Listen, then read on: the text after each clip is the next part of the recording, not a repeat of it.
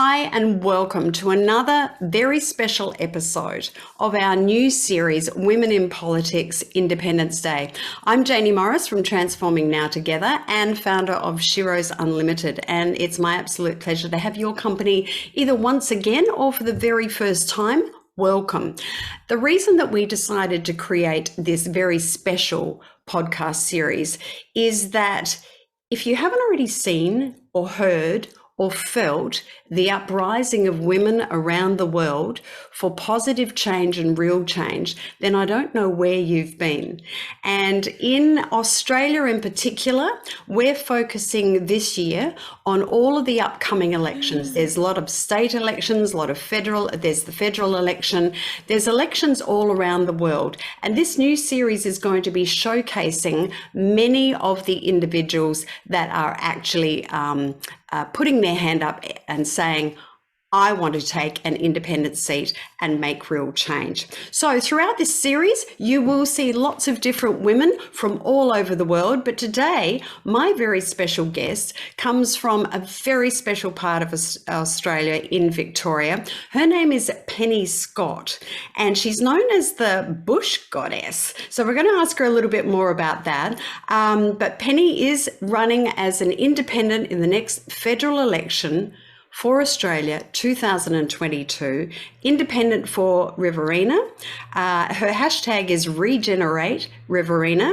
And Pennie, it's my absolute pleasure to have you as our guest today. Welcome. Thank you, Jaynie, very much. And welcome to everybody tuning in. If I can just make one correction, the Riverina is in New South Wales. Oh! Victoria. Sorry about that. No, my apologies. Well, you know what? It's still equally a very special place in Australia. It is.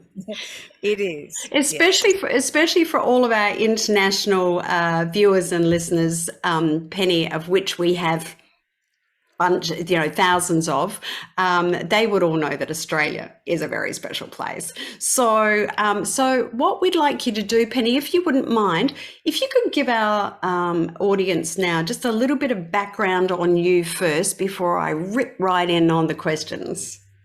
Thank you very much. I'm a country woman through and through. I'm of the land and I am with the land, for which I am eternally grateful. My family background is that both sides of my family arrived in Geelong, in Victoria, in 1839 and went their respective ways. But interestingly, members of both families met up for a while and then separated again until my parents came to meet each other. And here I am, the happy result, one of four. And so it's always been with the land and agriculture. And my childhood, most of my childhood was spent in the far west of the Riverina, in the big sky country. It's flattish country, but there are networks of creeks and little rivers and secret water holes. And we lived on the Edward River, which is an Anna branch of the Murray River. So water is a theme, or it's regarded as a very dry area of the countryside. But water is a theme of everywhere I've lived, and respecting water, caring for water, and not overusing water as a child has built in some very strong habits. Turn the tap off while you're cleaning your teeth. Don't waste water. I can wake from a very sound sleep if I hear a tap dripping.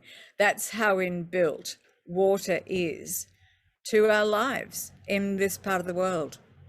And I had a blessed childhood. I went away to boarding school and then would come home for the holidays and bring girls from other parts of Victoria to come and stay, and they would just, oh my gosh, this is a real station. And it was, compared to the size properties in Victoria. And it had kangaroos and emus and goannas and the bird life and the fish life and insects and the critters and the plants.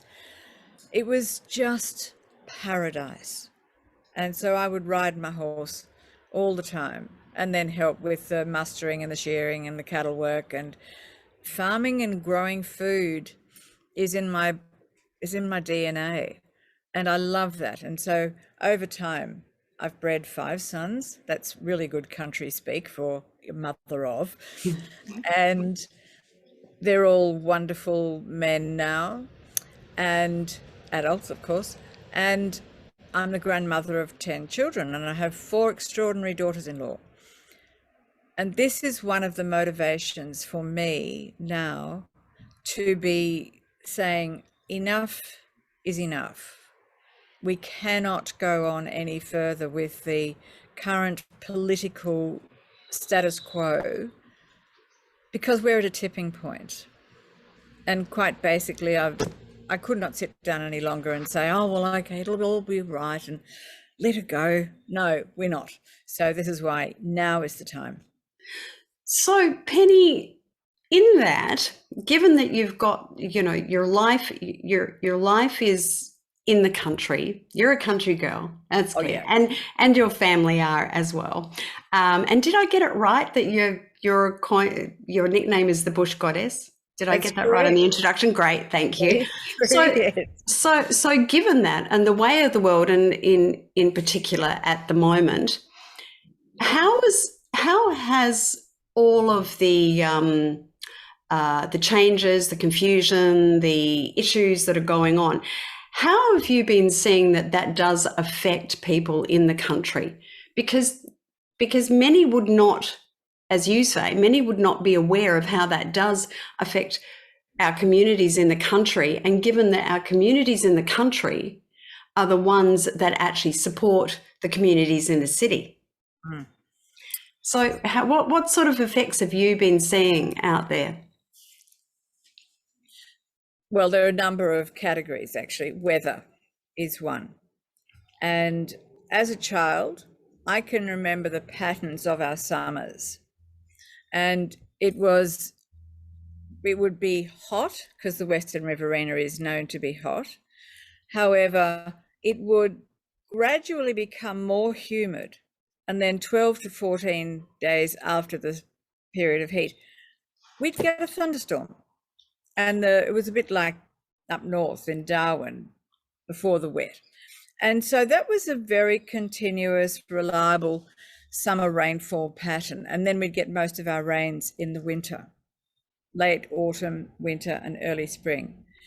And the countryside adapts to that. So you're looking at the ecologies which have developed and revolved around those patterns. This is where intimate knowledge of your landscape is really, really important. And that's one thing my father and my grandfathers and my grandmothers in the garden sphere taught me, how to be so observant. And you're always looking around and feeling the humidity, listening to the air, because there's so much you can learn once you know how to. So weather is one thing that has definitely changed in the past 40 years. And now, well, I don't really need to speak about what's happening up in southeast Queensland and northeastern New South Wales. It's coming down. It's in the Southern Highlands of New South Wales. Sydney is awash.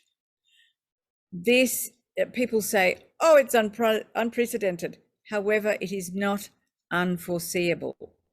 And we have had so many indicators of something changing for decades, and yet they've been ignored. So the Anthropocene, the human-induced changes in our weather patterns, ignore them at your peril. Honestly, go and dig a hole now and put yourself in it and get out of our way.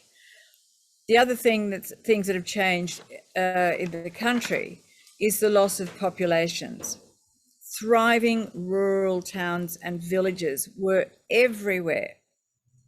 And yet these have diminished for a number of reasons, but one of them is corporatized agriculture. So for an example, a superannuation fund will decide, oh, we're going to invest in land and commodities. And yes, there've been ups and downs and booms and busts, but the acquisition of land is a very constant value. And when these corporates buy out a number of properties, they only need one manager. So instead of 5 smaller farms having 5 families, only one person gets to live there. So there are empty houses, and the whole property is consolidated and run as one entity.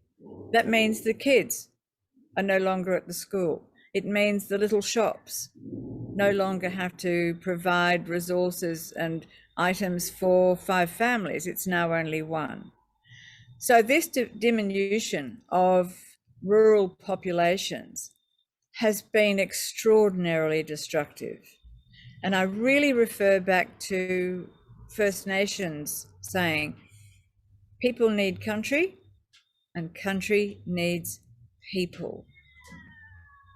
We've grown up together, and yet when you take out the people, the energy changes so much. And that's when you don't have as many people in small towns, you don't have the local economies. Shops close. So with those points as well, Pennie, what spurred you to make the decision to actually get involved? Let's not putting aside those issues that you've just highlighted, which affect everybody, absolutely everybody. It's a domino effect. But let's not forget that the shall I say, the industry of politics hasn't got the greatest look, shall we say? So a question that I'm asking all of my guests, obviously because I'm showcasing all of the independent women that are standing up for elections in their countries. What made you decide to get involved and stand up and go, I'm going to go and get involved in that industry? What was it? Oh, my mother was horrified. She said, oh my God, it's a filthy profession. Don't do it. Don't do it. And I said, well, unless we have more women in there, there's been too many pale, stale males occupying those seats in the House of Reps and the Senate for too jolly long. And all I can say is I rest my case, because unless we have change, we're just going to get more of the same. Albert Einstein's definition of insanity is doing the same thing over and over and over again and expecting a different result. Well, we know that does not work. So, as Kathy McGowan said, if not me, who? If not now, when? And I'm at the age and stage of my life now where I have nothing to fear and nothing to lose. And that's why. And also because I'm a very exciting, colourful, intelligent alternative to our incumbent. And that you are. Pennie, so when you're out, and I know that you are incredibly active on the campaign trail. However, you've been active before this anyway. You're a community-minded person. You're incredibly heavily involved in so many different organisations within and for your communities. So when you're out and about, Pennie, what are people saying to you that they would like you to do when you win? The first thing most people say is, oh, thank heavens we got someone to vote for. There's an alternative, because otherwise it's been Labor or Nats, really, and a couple of twiddlers in the middle. But people are not comfortable with that binary. So having someone coming through the middle is really attractive to them. People are concerned about the future, particularly the farmers I speak with. And I know so many of them. There's a wonderful organisation called Farmers for Climate Action. And people are thinking, oh, those farmers are a bit slow out there. No way. Farmers are some of the most proactive people when it's coming to looking after their land that I know. Because and succession is a really important part of that. So they're thinking for the next generation. and the following generation. And there are so many women farmers now. And I know so many men who are, we think of the stereotypical farmer as a bloke, slightly broken down physically, about 59 to 65, and they're rusted on. No way. This image has to be shattered. And they're saying, we're sick of the National Party. They're not doing anything. We need a fresh start. We need hope. We need someone who's going to get into, represent us and let the Parliament and advocate for us so that we can see the changes we want for our children and our grandchildren and even those we haven't met yet. And so I say the next 10 generations. We make decisions with the next 10 generations in mind. And this is what people want. Something longer than another political cycle. Farming is a very long-term business and enterprise. You have emotional connections with the land. And what you're doing today has an impact for another decade. So the thought process and the decision-making processes are very profound. It's used in farming, but I don't see it being used in politics. Yet that's what is needed. Thoughtfulness, imagination, vision for the next 10 generations.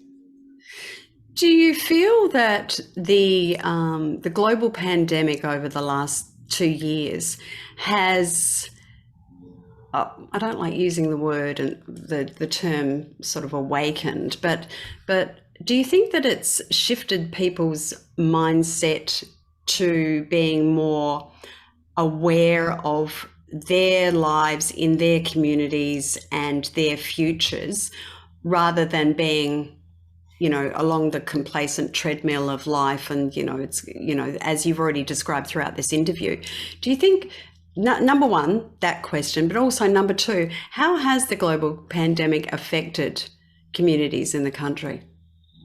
Number one first, I think the COVID, the repercussions and the restrictions and lockdowns have really shaken people to the core where I live.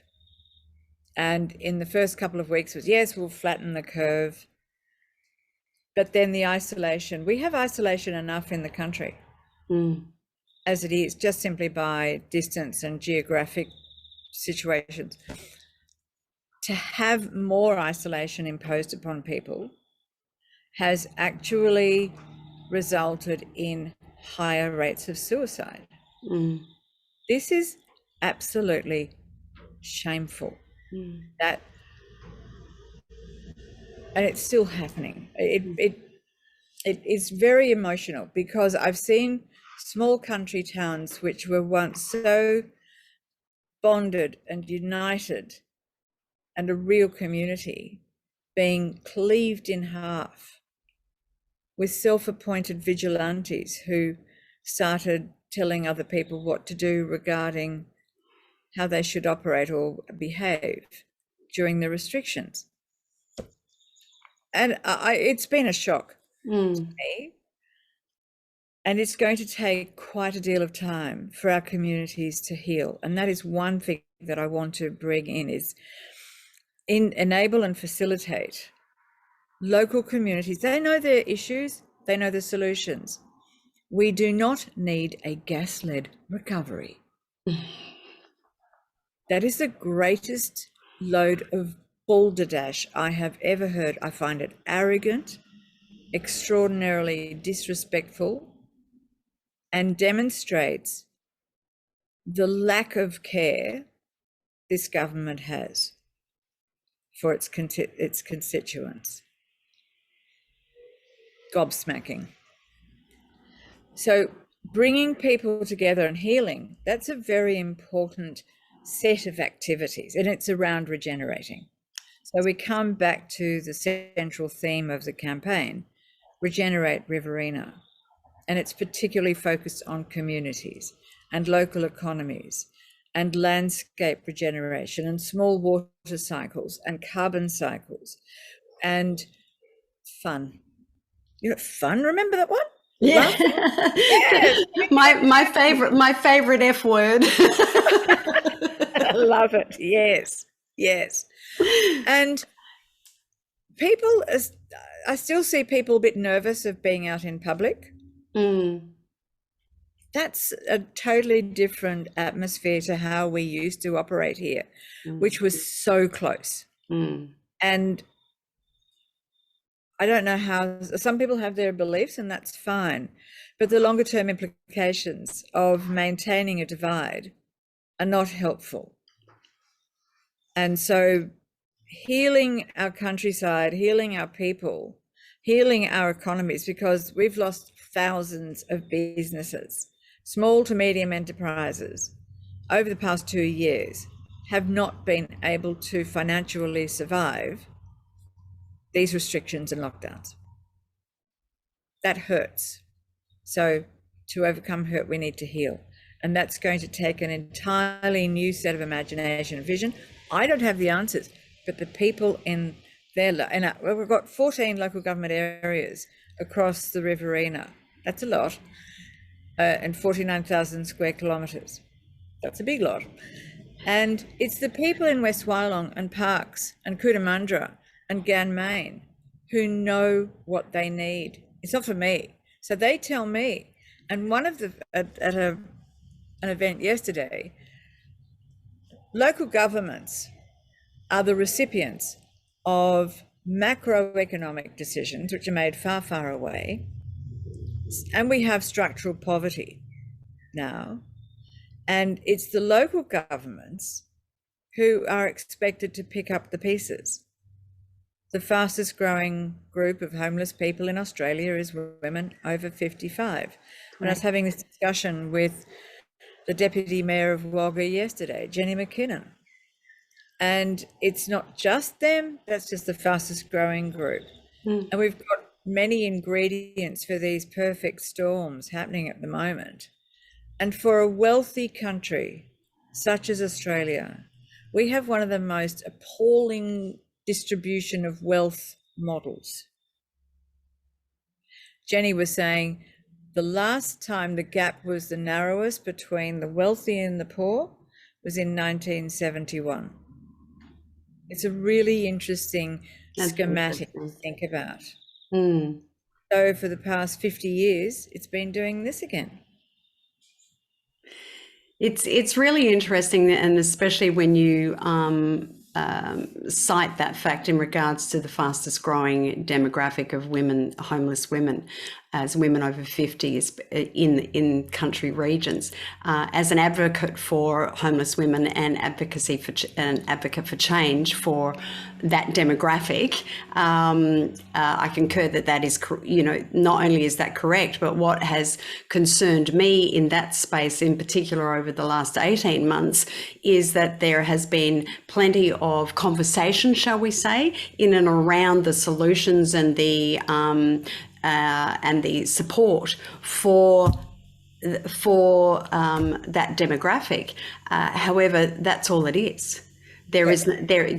So I'm personally delighted to hear that not only are you of course are very much aware of that, but you're also, one of the things that I can say that I'm loving what I'm hearing from you personally, Pennie, is that I'm hearing that you very much are aware that when you win this seat and that you are in Parliament, that you are there representing your community, and it's your community that will be instructing you and informing you and educating you on what needs to happen within that community.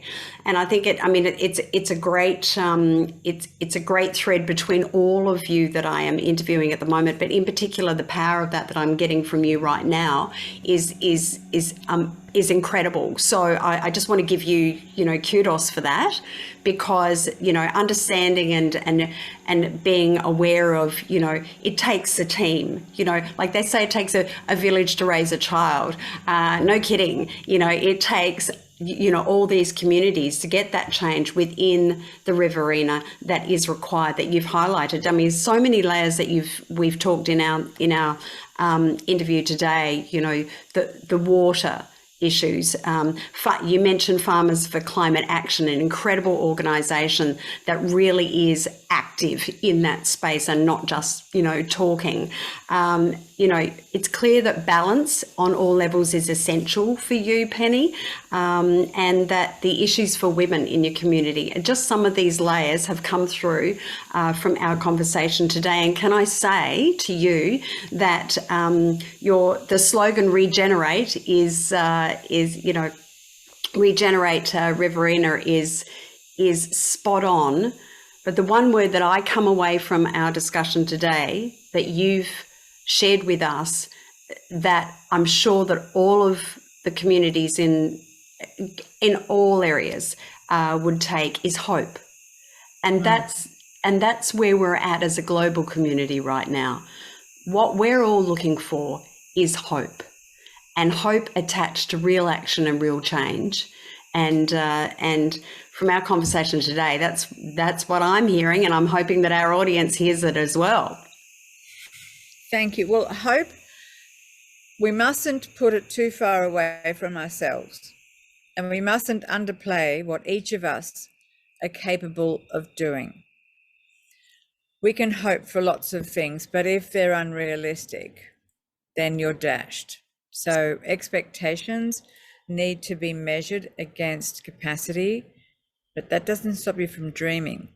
And after I was at 4 events in Wagga yesterday for International Women's Day, which was just so powerful. And it is women supporting women. When we do that, we can overcome anything.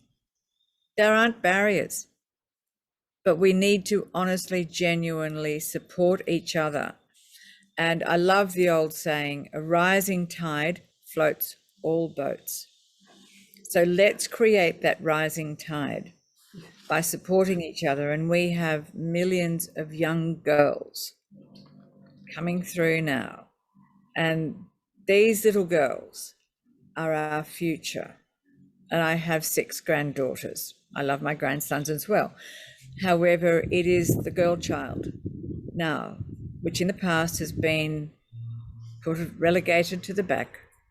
But the girl child now is our future. And so I'm here to look after my grandchildren and everybody else's grandchildren in the Riverina, so we create a beautiful future for them and the next 10 generations. I think that that's nearly a fantastic way to close our interview. However, I never let any of my guests go without asking one very quick question. If you had an 8-year-old Pennie in front of you right now, what advice would you give to her? Keep loving your land. Keep learning about your countryside. Become closer to nature, because without nature we have nothing. Ecologies enable societies which create economies, and that is the order. And yet it's been reversed at our peril. So learn to love your land and speak kindly and lovingly to it. That is great advice for anybody at the age of 8 or 80. Let me say. Pennie, it's been my absolute pleasure having you on our Women in Politics Independence Day podcast series. All of your contact details and where people can find out more about you, how they can support you, where you're going to be, and all of your socials is underneath our podcast right now. What is your website? Where can people go to contact you first up? Pennie Scott, Pennie, Scott.com.au. Fantastic. Jaynie, thank you so much for the opportunity and to meet you. Oh, you are more than welcome, and good luck. I don't need to say good luck, because I think what I would like to do is invite you, after you win, I know you'll be incredibly busy. However, we would like to invite you back again so you can let us know what is coming up in the future for not just the Riverina, but the change that you will make on a global scale as a direct result of you taking a seat at the decision-making table in Parliament. So I extend that invitation to you now. I accept it straight away. Thank you very much.